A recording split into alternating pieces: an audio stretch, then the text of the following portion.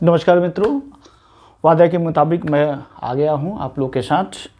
आज से हम लोग बिहार दरोगा और बीपीएससी 69 के लिए एक नई सीरीज शुरू कर रहे हैं और शुरुआत हम लोग करेंगे जो जनरल स्टडीज़ का जहां से सबसे अधिक प्रश्न आता है यानी इतिहास से। और इतिहास के इस कालखंड को हम लोग जैसा कि 3 भागों में बांटते हैं, तो उसमें से जो सबसे ज़्यादा इम्पोर्टेंट भाग है वो है हमारा आधुनिक भारत का इतिहास, जिससे सबसे अधिक प्रश्न आता है, सबसे अधिक घटनाएं वहाँ से घटती हैं। तो इसलिए हम लोग इस कालखंड को लेकर के चलेंगे और इसमें कई सारा सीरीज हम लोग लाएंगे, अलग अलग पार्ट करके हम लोग एक एक बिंदु को देखेंगे ताकि आपका कोई प्रश्न इससे छूटे नहीं।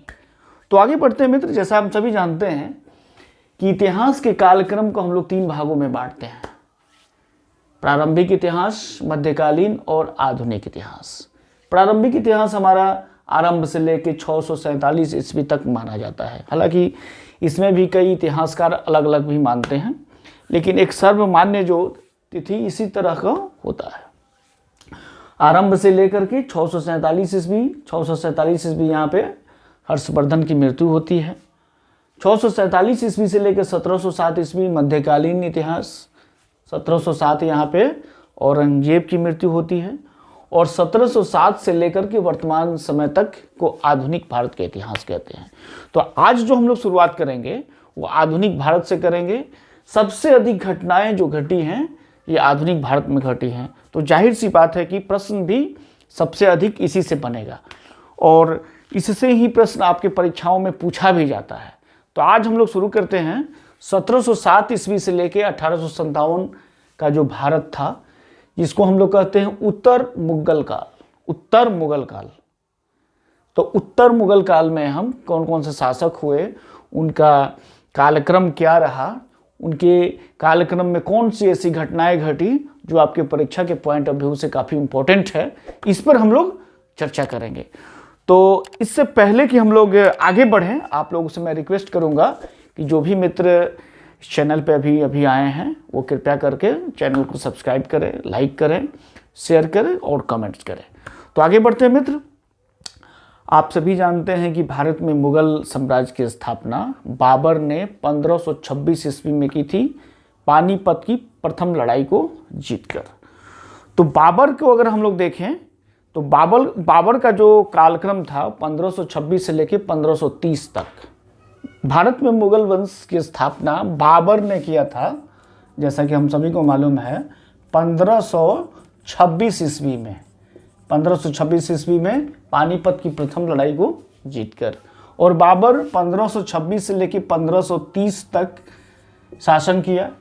उसके बाद उसका बेटा आया जिसको हुमायूं कहते हैं। हुमायूं 1530 से लेकर के और 1556 तक, लेकिन इस बीच में 1540 से लेकर के और 55 तक भारत में दूसरे वंश की स्थापना किया था, शेरशाह सूरी, हेमू वगैरह ने। तो हुमायूं चूंकि 1530 से 1556 तक रहा है, लेकिन बीच के जो 15 साल है वह उसके हाथ से शासन जाता रहा, अर्थात जो बीच का जो 15 साल का समय है वो मुगल वंश के अधीन नहीं था भारत। इसके बाद फिर हुमायूं का जो पुत्र था जिसको हम लोग क्या कहते हैं, अकबर। तो अकबर का जो शासन था 1556 से लेकर के 1605 ईस्वी तक। फिर अकबर के उत्तराधिकारी हुए जहांगीर। तो जहांगीर, क्रोनोलॉजी को याद करना बहुत जरूरी है मित्र। 1605 से लेकर के 1627 ईस्वी तक। फिर जहांगीर के बाद शाहजहां आए। तो शाहजहां 1627 से लेकर के और 1657 ईस्वी तक। फिर शाहजहां का औरंगजेब आए। तो औरंगजेब का 1658 से लेकर के 1707 ईस्वी। ये हम लोग का ये डेडलाइन हुआ मुगल वंश के जो पहले का राजवंश था, पूर्ववर्ती राजवंश। और इसके बाद मुगल वंश डिक्लाइन भी शुरू हो गया था। और यहाँ पे जो हम लोग को देख रहे हैं कि उत्तरवर्ती उत्तर मुगल काल, अर्थात कि इस काल के बाद का समय, औरंगजेब की मृत्यु के बाद के मुगल वंश में क्या क्या हुआ, कौन कौन सी घटनाएं घटी, इस पे हम लोग आज चर्चा करने वाले हैं। क्योंकि बहुत सारी ऐसी घटनाएं घटी जो हमारे इतिहास को प्रभावित करती हैं और हमारे परीक्षाओं के लिए वो आम सी बात हो जाती है। तो इसमें हम लोग देखेंगे कि कौन कौन से शासक हुए और उनके शासनकाल में कौन सी ऐसी घटना घटी, इस पे हम लोग विस्तार से आज चर्चा करने वाले हैं। तो सबसे जो पहला राजा हुआ उत्तर मुगल काल में, उसका नाम था बहादुर शाह। हालांकि नाम नहीं है, ये उपाधि है। असल में जो औरंगजेब की मृत्यु 1707 में होती है तो उसके 3 पुत्र थे, आजम, कामबख्श और मुअज्जम। इन तीनों के बीच में उत्तराधिकार की लड़ाई होती है, जैसे कि मुगल वंश या मतलब दिल्ली सल्तनत हो, ये आम सी बात थी। तो तीनों के बीच लड़ाई होती है और लड़ाई में मुअज्जम जो है वो अपने दोनों भाइयों को अलग अलग लड़ाई में हरा देता है और हराने के बाद अपने को बहादुर शाह की उपाधि लेकर बहादुर शाह के नाम से 1707 ईस्वी में राजा बनता है और वो 1712 ईस्वी तक राजा रहता है। इस सम्राट को एक कफ़ी खान थे, उस समय के इतिहासकार कह सकते हैं, वज़ीर या बुद्धिजीवी कह सकते हैं, उन्होंने इन्हें साहे बेखबर भी कहा है। तब एक तरह की बेखबरी की तरह के थे, इसलिए इनका नाम शाह बेखबर कहा गया था। इसके बाद जो दूसरा राजा हुआ, इसको क्रोनोलॉजी हम लोग को याद रखना है, 1707 से 1712, 7-5-12 या कुछ ऐसा अपना ट्रिक बना ले, क्योंकि इसको याद रखना जरूरी है। कई बार कालक्रम में सजाने के लिए दे देता है, तो इसको याद रखना हमें जरूरी है। इसके बाद जो इनका पुत्र हुआ, तो इनके 4 पुत्र थे। हालांकि चारों पुत्र में जो सबसे कमज़ोर पुत्र था, या कह सकते हैं कि जो सबसे अयोग्य पुत्र था, वो जहांदार शाह था। लेकिन यहाँ पे एक एंट्री होती है, एक किंग मेकर की एक एंट्री होती है भारतीय मध्यकालीन आधुनिक इतिहास में, या उत्तर मुगल काल में एक किंग मेकर की एंट्री होती है, जिसे हम लोग कहते हैं सैयद बंधु। तो सैयद बंधु का यहाँ पे प्रभाव होता है और उस प्रभाव के कारण जहांदार शाह चूँकि बिल्कुल अयोग्य था, लेकिन फिर भी सैयद बंधु हम कह सकते हैं कि वो वजीर थे, कभी राजा बने नहीं, सम्राट नहीं बने, लेकिन कई सम्राटों को बनाने में उनकी अहम भूमिका थी। तो वो इस तरह से हावी थे राजवंश पे कि जहांदार शाह अयोग्य होते हुए भी उसको सम्राट बनाया गया और यह अपनी योग्यता को साबित भी नहीं कर पाए। इनको कई इतिहासकार इन्हें लंपट मूर्ख भी कहते हैं, इसको याद रखना होगा। पूछा जा सकता है कि लंपट मूर्ख उत्तरवर्ती मुगल काल में किसे कहा गया है, तो उसका सही उत्तर होगा जहांदार शाह को। इसके बाद तीसरा जो शासक होता है वो होता है फर्रुखियर। यहाँ भी सैयद बंधुओं का काफ़ी अहम रोल रहता है।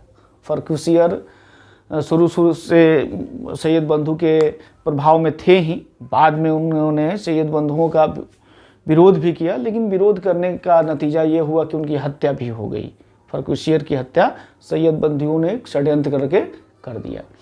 तो सैयद बंधु इस तरह से पूरे सिस्टम पे, पूरे जो सम्राट का राजघराना था, जो उनका दरबार था, उस पर पूरी तरह से उनका कब्जा हो गया था एक तरह से।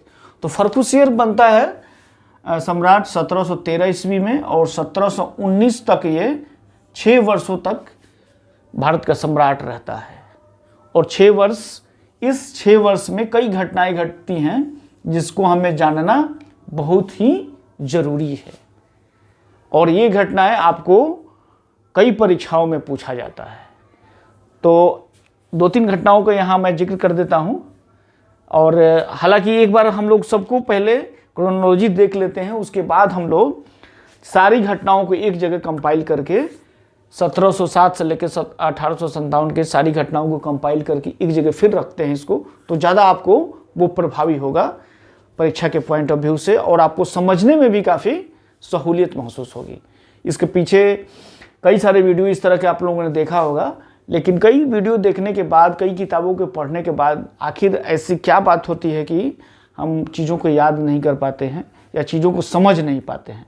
तो थोड़ा सा अंतर होना चाहिए कि आपने जो पढ़ा है या पिछली जो वीडियो देखा है उससे इसको अंतर करते हुए पहले हम लोग क्रोनोलॉजी को देख लेते हैं, उसके बाद फिर हम लोग इसके बीच में 1707 से लेकर 1857 के बीच में कौन कौन से मुख्य घटना घटती है किसके शासनकाल में, ये हम लोग याद रखेंगे। तो उसके बाद फिर सैयद बंधुओं का प्रभाव यहाँ तक रहता है, रफ़ी उल दर्जात को बनाता है, लगभग 3 या 4 महीने तक ये शासक रहते हैं। इनको कुछ बीमारी हो जाती है और ये मर जाते हैं। फिर उसके बाद रफ़ी उल दौला बनते हैं, ये भी लगभग 4 से 5 या लगभग इतने दिनों तक ये सम्राट बनते हैं और इनकी भी मृत्यु हो जाती है। इसके बाद भारत के शासक होते हैं मोहम्मद शाह, और मोहम्मद शाह काफ़ी लंबे समय तक भारत के शासक रहते हैं। और मोहम्मद शाह की कई सारे कार्यों में एक पहला कार्य ये था कि उसने जो सैयद बंधु था, सैयद बंधु को अंत कर दिया। ये प्रश्न आता है हमेशा कि किस मुग़ल शासक को सैयद बंधुओं को अंत करने का श्रेय जाता है। तो सैयद बंधुओं को अंत करने का श्रेय मोहम्मद शाह को जाता है। हालांकि मोहम्मद शाह काफ़ी कला प्रेमी थे, संगीत प्रेमी थे, प्रशासनिक क्षमताओं पर काफ़ी उनकी एक विषय रुचि हुआ करती थी। कई लोग उन्हें रंगीला बादशाह भी कहते हैं। तो इनका काफ़ी लंबा समय रहा है, इस पर भी हम लोग कई सारी चर्चाएं करेंगे, कौन कौन सा प्रश्न यहाँ से बनता है। इसके बाद अहमद शाह आए, मोहम्मद शाह के बाद अहमद शाह 1748 से लेकर के 1754 तक रहे। अहमद शाह अब्दाली की यहाँ पे पहली बार जो 1748 में अहमद शाह अब्दाली आक्रमण करता है, तो उस समय भारत के शासक अहमद शाह ही थे। अहमद शाह अब्दाली चूँकि मोहम्मद शाह के शासनकाल में 1739 ईस्वी में, अभी हम लोग पढ़ेंगे इसके बारे में चर्चा करेंगे, नादिर शाह ईरान का जो शासक था वो उसने दिल्ली पर हमला किया था और दिल्ली को लगभग पूरी तरह से लूट लिया था। भारत के उस समय मुग़ल वंश के जो भी महत्वपूर्ण चीज़ें थीं, जैसे मयूर सिंहासन, कोहिनूर हीरा, बहुत सारे हीरे और जवाहरात, सबको लूट करके नादिर शाह यहाँ से ले गया और लगभग 57 दिन तक दिल्ली में रहा। तो इस पर हम लोग चर्चा करेंगे अभी आगे, पहले क्रोनोलॉजी को हम लोग देख लें। इसके बाद अहमद शाह आते हैं, 1754 तक थे। इसके बाद आलमगीर बनते हैं, आलमगीर द्वितीय। यहाँ से जितने भी शासक हैं सब द्वितीय हैं। आलमगीर द्वितीय 1754 से लेकर 1758 तक इन्होंने अपना शासन किया। शाह आलम 1759 से लेकर के 1806 तक शासन किया। इसके बाद अकबर द्वितीय आए, 1806 से लेके 1837 तक शासन किया। उसके बाद बहादुर शाह द्वितीय आए, 1837 से लेके 1857 तक किया। अब हम लोग इस कालक्रम में देखते हैं कि कौन कौन सी महत्वपूर्ण घटनाएं घटी। इस कालक्रम को तो आपने समझ लिया, इसको 2-3 पार्ट में बांट करके आप लोग याद रख सकते हैं। जैसे कि ये एक बीच का गैप हम समझ सकते हैं, ये गैप है। इस गैप में याद रखेंगे रफ़ी उल दर्जात और रफ़ी उल दौला, ये कह सकते हैं कि फर्रुखियर और मोहम्मद शाह के बीच में ये 2 शासक आए। तो इसको याद करने में हम लोग आसानी होगी। इसको एक टर्म में बना लीजिए, 1, 2, 3, फिर ये 2 अलग हो गया। उसके बाद फिर इन दोनों को एक साथ कर लीजिए, फिर इन चारों को एक साथ कर लीजिए। और इस क्रोनोलॉजी को पहले हम लोग देख लेंगे, याद कर लेंगे। उसके बाद फिर हम लोग आगे चलते हैं। अब देखते हैं कि कौन कौन सी घटनाएं आप लोगों की परीक्षा उपयोगी है। ये तो क्रोनोलॉजी की हो गई। अब बारी बारी से हम लोग ऊपर से लेकर नीचे तक घटनाओं का जिक्र करेंगे। आप लोग इसे नोटबुक में नोट कर लें तो आइए मित्र, अब आगे बढ़ते हैं हम लोग और देखते हैं कि उत्तर मुगल काल के विभिन्न शासकों के समय में होने वाले कौन कौन सी महत्वपूर्ण घटनाएं घटी जो आपकी परीक्षा के लिए उपयोगी होगा। तो सबसे पहले हम लोग देखते हैं बहादुर शाह। तो इससे एक प्रश्न ये बन सकता है कि शाह बेखबर, जिसको बहादुर शाह को कहा जाता है, किसने कहा था?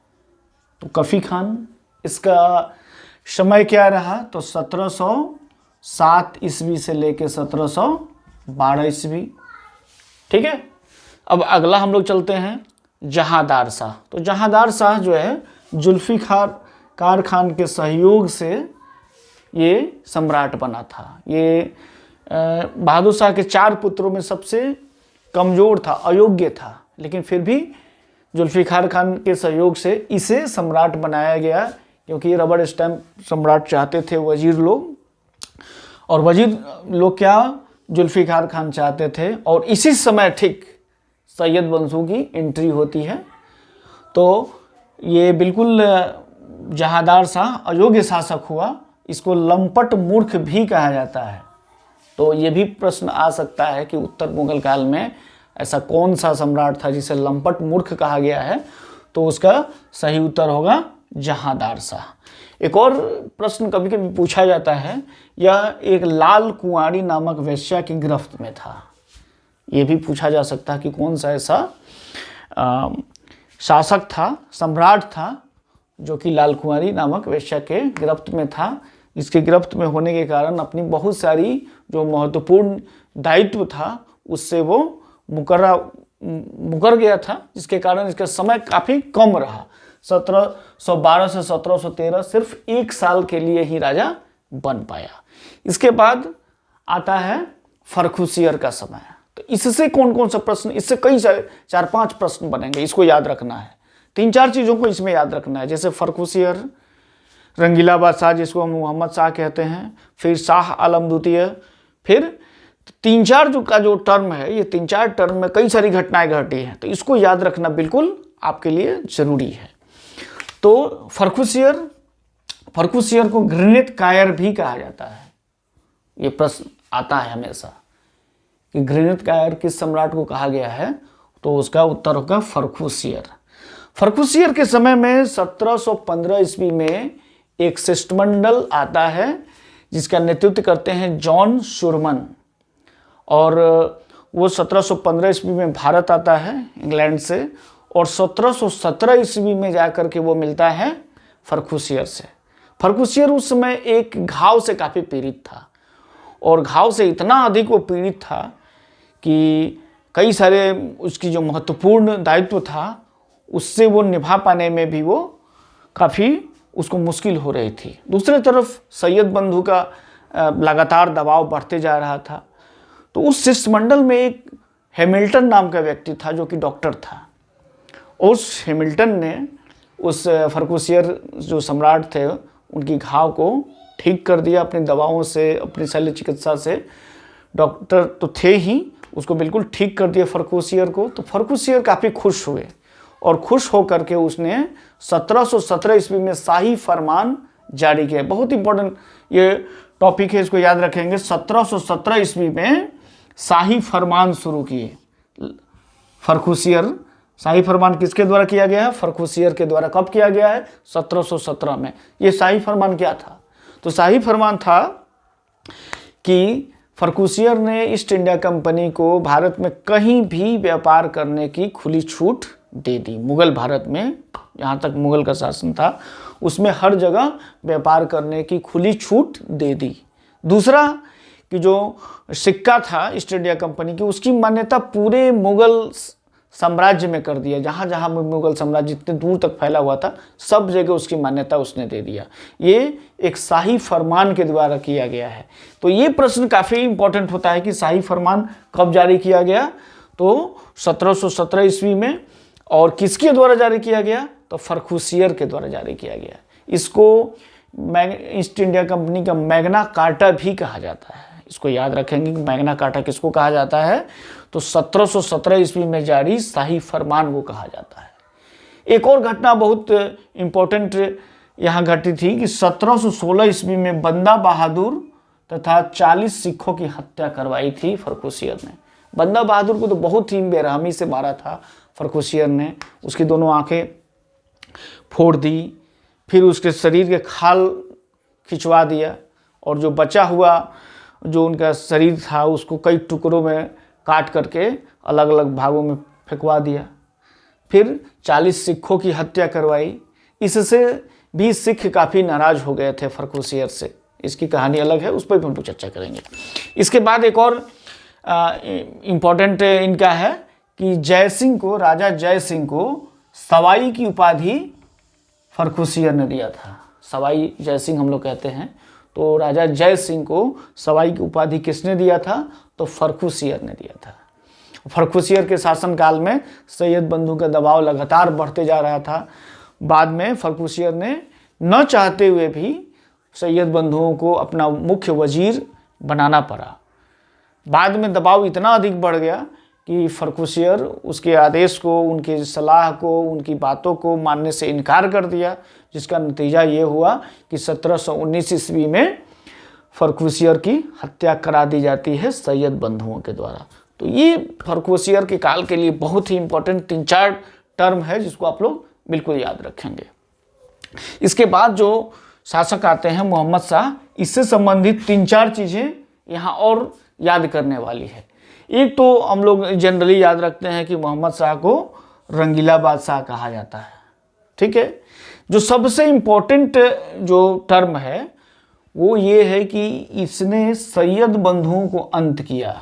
ये प्रश्न आता है हमेशा कि सैयद बंधुओं का अंत करने का श्रेय किस मुगल शासक को जाता है? तो यहाँ पे होगा मोहम्मद शाह। अशरफ जहां, जो कि हैदराबाद के रहने वाले थे, अशरफ जहां की मदद से सैयद बंधुओं में से एक जो थे सैयद हुसैन अली खान को 1920 ईस्वी में फतेहपुर सीकरी में मरवाया, और जो दूसरे भाई थे उसको 1722 ईस्वी में जहर डाल करके, जहर के द्वारा उनको भी मरवाया गया। तो मोहम्मद शाह ने सैयद बंधुओं से ये मुगल वंश को से पीछा छुड़वाया। ये प्रश्न काफ़ी इंपॉर्टेंट है कि मुगल सैयद बंधुओं का अंत करने का श्रेय किस शासक को जाता है? तो मोहम्मद शाह को जाता है। इसके अतिरिक्त जो सबसे इंपॉर्टेंट थी इसमें एक और है कि नादिर शाह का हमला जो हुआ था ये 1739 ईस्वी में हुआ था, और उस समय भी दिल्ली के सम्राट, मुगल सम्राट कौन थे? मोहम्मद शाह थे। चूँकि रंगीला बादशाह तो थे ही, इनके गुप्तचरों ने कई बार इनको बताया कि नादिर शाह भारत के में प्रवेश कर चुका है, मुगल भारत में प्रवेश कर चुका है, लेकिन ये बेखबर रहे। कई बार बताया कि नहीं यहाँ तक आ गया, फिर भी नहीं बोलते, यहाँ तक आ गया फिर भी नहीं, ये नींद से जगे। जब दिल्ली के बिल्कुल नज़दीक आ गया, कुरुक्षेत्र में आ गया, और तब जाके इनकी नींद खुलती है। कुरुक्षेत्र में जब नादिर शाह ने अपना डेरा डाल दिया तब जाके इनकी नींद खुलती है और भेजते हैं अपने सेना को, लेकिन नादिर शाह इनकी सेना को हरा देता है और दिल्ली में प्रवेश करता है। और दिल्ली में उस दिन का जो इतिहास में सबसे अधिक लूट और मार काट वाला दिन दर्ज किया गया। पूरी दिल्ली को खून से नहला दिया गया। दिल्ली के सड़कों पर लाश ही लाश बिछी थी, खून से पूरा लथपथ, कहीं कोई नहीं दिखता था, सिर्फ नादिर शाह के सैनिक दिखते थे। और मोहम्मद शाह जो कि उस समय सम्राट हुआ करते थे, बिल्कुल घुटने टेक दिए। और नादिर शाह जो भारत का मुगल साम्राज्य का जो सबसे प्रमुख जो सिंहासन था, जिसे मयूर सिंहासन कहा जाता था, तख्ते ताउस जिसके शाहजहां ने बनवाया था, हीरे जवाहरात से सजा हुआ जो सिंहासन था, उसको ले गया अपने साथ। कोहिनूर हीरा ले गया तथा बहुत अधिक मात्रा में हीरा, सोना, चांदी, जवाहरात आदि ले करके गया। तो ये प्रश्न काफ़ी इंपॉर्टेंट है, इसको आप लोग याद रखेंगे। 1739 ईस्वी नादिर शाह का आक्रमण, उस समय सम्राट कौन थे? मोहम्मद शाह थे। इसके साथ एक और चीज़ याद करने वाली कि नादिर शाह दिल्ली में कितने दिनों तक रुका? तो इसका सही उत्तर होगा 57 डेज। इसको याद रखेंगे हम लोग कि 57 दिनों तक दिल्ली में नादिर शाह डेरा डाले रहा और जाते वक्त सारी चीज़ों को ले गया। मोहम्मद शाह के समय में 4 जो क्षेत्र था वो अपने आप को स्वतंत्र घोषित कर दिया। ये भी काफ़ी इंपॉर्टेंट है। मोहम्मद शाह के जो शासनकाल है उसमें 4 क्षेत्र अपने आप को स्वतंत्र घोषित किए, जिसमें सबसे पहला था अवध। अवध में शहादत खां के नेतृत्व में ये अपने आप को स्वतंत्र घोषित किया। बंगाल मुर्शीद कुली खां के नेतृत्व में घोषित किया अपने आप को स्वतंत्र। और हैदराबाद चिनलिकलिस खां, जिसको निजामुल मुल्क भी कहा जाता है, इसके नेतृत्व में हैदराबाद अपने आप को स्वतंत्र घोषित किया। और कर्नाटक सदातुल्ला खां। ये 4 जो क्षेत्र था, चारों क्षेत्र मोहम्मद शाह के शासनकाल में स्वतंत्र हुए। तो ये भी काफ़ी इंपॉर्टेंट है परीक्षा के पॉइंट ऑफ व्यू। आगे बढ़ते मित्र, अगले जो शासक थे वो अहमद शाह थे। अहमद शाह के शासन के दौरान अहमद शाह अब्दाली का आक्रमण होता है। चूँकि अहमद शाह अब्दाली जो नादिर शाह था 1739 ईस्वी में दिल्ली पर जिसने हमला किया था, जिसने लूट मचाई थी, वो ईरान का शासक था। कुछ दिनों के बाद उसकी मृत्यु हो जाती है। फिर उसका जो सेनापति है अहमद शाह अब्दाली, उसने भारत के बारे में बहुत कुछ सुन चुका था, मुग़ल सल्तनत के बारे में सुन चुका था, यहाँ के लोगों के ऐश्वर्य और शासन प्रशासन में के बारे में सुन चुका था। तो इसको सुनकर फिर वो भी भारत पर आक्रमण करता है और 6-7 बार आक्रमण करता है, 7 बार आक्रमण करता है। और पहला आक्रमण जो करता है वो 1748 ईस्वी में करता है, जिस समय भारत के सम्राट थे, मुग़ल सम्राट थे अहमद शाह। तो अहमद शाह से संबंधित एक ये टर्म को हम लोग याद रखेंगे। 1748 ईस्वी में अहमद शाह अब्दाली का पहला आक्रमण होता है। उसके बाद जो दूसरे शासक हैं आलमगीर हैं द्वितीय। आलमगीर के समय में जो सबसे इम्पोर्टेंट है वो है प्लासी की लड़ाई। प्लासी की लड़ाई कब हुई है? 1757 ईस्वी में, याद रखेंगे। या ऐसे भी पूछा जा सकता है कि 1757 प्लासी की लड़ाई के समय मुग़ल सम्राट कौन था? तो उसका सही उत्तर होगा आलमगीर द्वितीय, इसको याद रखेंगे। अब इसके बाद जो तीसरे शासक होते हैं शाह आलम, इसको याद रखना बहुत ज़रूरी है। 3-4 शासक जो होंगे उत्तर मुग़ल काल में, उसको उनके जो टर्म है, उनका जो शासनकाल है, उसमें जो घटनाएं घटी हैं, जैसे फर्रुखियर, उसको याद रखना बिल्कुल ज़रूरी है। फर्रुखियर के समय में 3-4 जो घटनाएं घटी हैं वो अक्सर पूछा जाता है। मोहम्मद शाह, जिसे रंगीला बादशाह कहते हैं, उनके समय जो घटनाएं घटी हैं 3-4, उसको याद रखना बिल्कुल ज़रूरी है। उसके बाद शाह आलम के समय में 3-4 जो घटनाएं घटी हैं वो भारतीय इतिहास को अलग दिशा में मोड़ती हैं, इसलिए इसको याद रखना बिल्कुल ज़रूरी है। अब देखिए होता क्या है कि आलमगीर की जब मृत्यु होती है उस समय शाह आलम जो था वो बिहार में था और दिल्ली में शाहजहां था, आलमगीर का एक पुत्र। वो दिल्ली में अपने आप को स्वतंत्र राज्य घोषित कर दिया, दिल्ली में अपने आप को सम्राट घोषित कर दिया। और इधर बिहार में शाह आलम ने अपने आप को सम्राट घोषित कर दिया। तो एक पहला मौका ऐसा आया था मुग़ल काल में जो कि एक ही समय में 2-2 सम्राट हो गए थे। दिल्ली में शाहजहां अपने आप को घोषित कर दिया और बिहार में शाह आलम अपने आप को घोषित कर दिया। अब शाह आलम जब दिल्ली की तरफ कूच करते हैं तो दोनों के बीच में लड़ाई होती है, जिसमें शाह आलम शासक इसमें आते हैं, वो शाह आलम द्वितीय है। शाह आलम द्वितीय का कार्यकाल को याद रखना बहुत ही ज़रूरी है, क्योंकि इसमें बहुत सारी घटनाएं घटती हैं। होता यूँ है कि आलमगीर जब मरते हैं तो उनकी मृत्यु के बाद दिल्ली में बैठा उनका एक बेटा शाहजहां अपने आप को सम्राट घोषित कर देता है। और उस समय शाह आलम बिहार में थे, तो बिहार में ये अपने आप को सम्राट घोषित कर दिए। अब एक ही साम्राज्य में एक तरफ 2 सम्राट बन गए, एक उधर हो गए शाहजहां और इधर हो गए शाह आलम। शाह आलम को जब इसकी भनक मिलती है, जब इसकी खबर मिलती है, तो वो दिल्ली की तरफ कूच करते हैं। फिर दोनों के बीच लड़ाई होती है, जिसमें शाह आलम विजयी होते हैं और भारत का अंततः सम्राट शाह आलम बनते हैं। तो ये एक चीज़ को यहाँ याद रखना जरूरी है कि कौन से ऐसे शासक 2 थे जहाँ के 2-2 सम्राट हुए। तो यहाँ कह सकते हैं कि शाहजहां तथा शाहजहां द्वितीय तथा शाह आलम 2 ऐसे सम्राट हुए आलमगीर के बाद। लेकिन कुछ ही समय के बाद फिर शाह आलम देश की गद्दी को संभाला, सम्राट बने। इसके शासनकाल में कई सारी घटनाएं घटी हैं जो आपके परीक्षा के लिए काफ़ी उपयोगी है। सबसे पहली घटना 1761 ईस्वी में पानीपत की तीसरी लड़ाई होती है। तो पानीपत की जो तीसरी लड़ाई होती है वह अहमद शाह अब्दाली तथा मराठों के बीच में होती है। मराठों की शक्ति उस समय अपने चरम पर थी।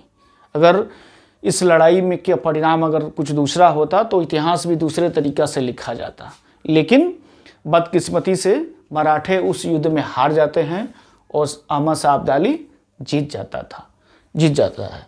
अहमद शाह, ये मराठों का जो सेनापति हुआ करता था इब्राहिम गारदी था, इसको भी कई बार परीक्षाओं में पूछा जाता है। तो पहली घटना तो घटती है कि पानीपत की तीसरी लड़ाई किसके शासनकाल में हुआ है, तो हम लोग यहाँ याद रखेंगे कि शाह आलम द्वितीय के शासनकाल में हुआ है। इसके बाद प्रसिद्ध बक्सर का युद्ध जो कि 1764 में हुआ था, यह किसके शासनकाल में हुआ है, तो शाह आलम के ही काल में हुआ है। बक्सर का युद्ध में बंगाल के नवाब, अवध के नवाब तथा मुगल के सम्राट शाह आलम तथा अंग्रेजों के बीच हुई थी। ये तीनों की सेना एक साथ थी और दूसरे तरफ अंग्रेजों की सेना थी, जिसमें अंग्रेज विजयी होते हैं और भारत में अंग्रेजों का प्रत्यक्ष शासन यहीं से शुरू होता है। इसको हम लोग याद रखेंगे। बक्सर की लड़ाई भारतीय इतिहास को एक नई दिशा देती है। तो ये भी किसके शासनकाल में हुआ है, शाह आलम के शासनकाल में हुआ है। इस लड़ाई के परिणाम के बाद इलाहाबाद में एक संधि हुई थी, जिसे हम लोग इलाहाबाद की संधि कहते हैं। ये 1765 में हुई थी और उसके बाद से एक तरह से मुगल साम्राज्य जो था वो अंग्रेजों की गिरवी हो गई थी। केवल नाम मात्र की मुगल साम्राज्य रह गई थी। अंग्रेजों का अप्रत्यक्ष रूप से शासन मुगल साम्राज्य में शुरू हो गया था और पूरे लगभग भारत में प्रत्यक्ष शासन शुरू हो गया था। इसके बाद लॉर्ड लेक नाम का जो सैन्य अधिकारी था, उसके सैन्य संरक्षक के रूप में काफ़ी दिनों तक शाह आलम रहे। हालांकि अंत समय में ये कुछ इतिहासकारों ने लिखा है कि ये अंधे हो गए थे और अंधे बनकर के काफ़ी दिनों तक शासन किए। तो उस समय उनके दरबार में एक सैन्य अधिकारी हुआ करता था, उसी के संरक्षण में ये शासन के काम कर रहे थे। हालांकि उस समय तक मुगल साम्राज्य जो था वो दिल्ली आगरा तक क्षेत्र तक ही सीमित था, कुछ ज़्यादा दूर तक नहीं था। इसके बाद जो सम्राट हुए वो हुए अकबर द्वितीय। अकबर द्वितीय के समय में भारत में सांस्कृतिक सामाजिक क्रांति की शुरुआत हो चुकी थी। कई क्षेत्र में अलग अलग लोग उभर रहे थे। उसमें से एक थे राम मोहन राय, जिसको राजा की उपाधि दिया था अकबर द्वितीय ने। इसको याद रखने वाली बात है कि राम मोहन राय को राजा की उपाधि किसने दिया था, तो अकबर द्वितीय ने। उसके बाद इनका नाम राजा राम मोहन राय हो गया। इसको राजा राम मोहन राय को अकबर द्वितीय ने ब्रिटेन भेजा था अंग्रेज़ों से बातचीत करने के लिए कि उनके द्वारा जो मुगल सम्राट है उनको काफ़ी तंग किया जा रहा है, सही तरीक़ा से उनके साथ सलूक नहीं किया जा रहा है। तो इस सारी बातों को कन्वे करने के लिए, वहाँ तक पहुँचाने के लिए राजा राम मोहन राय को अकबर द्वितीय ने ब्रिटेन भेजा था। इसके बाद जो शासक आते हैं उनका नाम था बहादुर शाह द्वितीय, जिनका एक नाम जफर भी है। इन्हीं के समय में महान क्रांति हुई थी 1857 की क्रांति, जिसे कई इतिहासकार भारत के पहला स्वतंत्रता संग्राम भी कहा है। हालांकि इस पर मतभेद है, कुछ इतिहासकार इसको पहला स्वतंत्रता संग्राम नहीं मानते हैं, लेकिन अधिकांश इतिहासकारों का मानना है कि भारत का पहला स्वतंत्रता संग्राम की शुरुआत वहीं से हुई है। तो 1857 की क्रांति इनके शासनकाल में हुआ और उसी में ये कैद भी कर लिए गए, जहां उसके बाद इनको रंगून भेजा गया कैद करके। वहां पे उनको 1762 ईस्वी में इनकी मौत हो जाती है। तो इस वीडियो में हम लोगों ने देखा कि 1707 ईस्वी से लेकर 1857 ईस्वी तक मुगल काल 1857 में ख़त्म हो जाता है। तो 1707 से लेकर 1857 तक किन किन शासकों ने शासन किया, उनकी क्रोनोलॉजी क्या रही, इसके अलावा कौन कौन सी घटनाएं, प्रमुख घटनाएं घटी, ये चीज़ आप लोगों ने देखा। 3-4 जो शासक थे उनकी अंडर में जो घटनाएं घटी उसको याद कर लेना बहुत ज़रूरी है, उसको नोट कर लीजिएगा। जैसे फर्रुखसियर का जो समय था उसको याद करना बहुत ज़रूरी है। मोहम्मद शाह जो कि रंगीला बादशाह थे तो उनके समय में जो घटनाएं घटी उसे याद रखना ज़रूरी है।